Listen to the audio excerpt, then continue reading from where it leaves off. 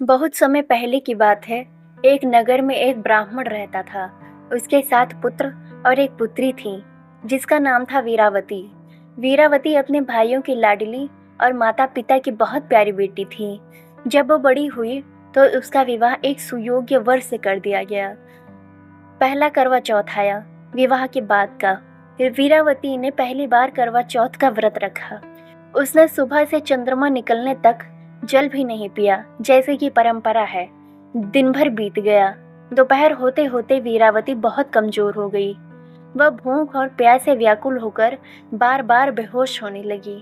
यह देखकर उसके 7 भाई बहुत चिंतित हो गए। तब सबसे छोटे भाई ने कहा, दीदी बहुत कमजोर हो गई हैं। चांद तो देर रात को निकलेगा।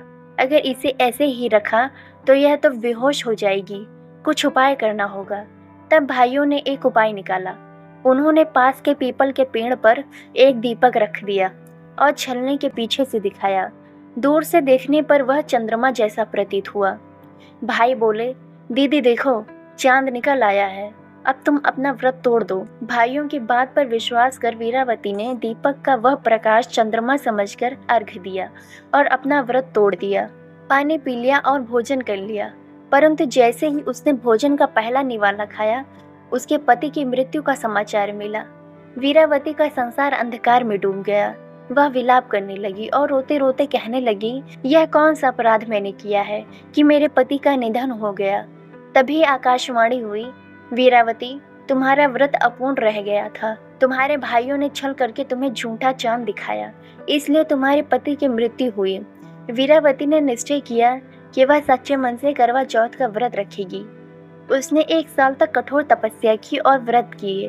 हर महीने करवा चौथ का उपवास रखकर देवी पार्वती जी की आराधना करती रही। पार्वती माता उसके भक्ति से प्रसन्न हुई और उसे वरदान दिया, हे सती नारी, तेरे पति पुनः जीवित होंगे और तुम्हारा सुहाग अखंड रहेगा। जब वीरावती ने फिर करवा चौथ का व्रत रखा तो उसके पति जीवित हो उठे। तब से यह व्रत सभी सुहागिन महिलाएं अपने पति की दीर्घायु और मंगल कामना के लिए करती हैं। करवा चौथ का महत्व। यह व्रत अखंड सौभाग्य और पति की दीर्घायु के लिए रखा जाता है। स्त्रियां सुबह सरगी खाकर दिन भर निर्जला व्रत रखती हैं। संध्या समय चंद्रमा के दर्शन कर अर्घ्य देती हैं और फिर पति के हाथ से जल ग्रहण कर व्रत तोड़ती हैं। पूजा की संक्षिप्त विधि। सुबह सूर्योदय से पहले सास के हाथ से दी गई सरगी खाएं। पूरे दिन निर्जला व्रत रखें। शाम को करवा माता की पूजा करें। करवा यानी मिट्टी का पात्र में जल भरकर उसमें चांदी का सिक्का या चावल डालें।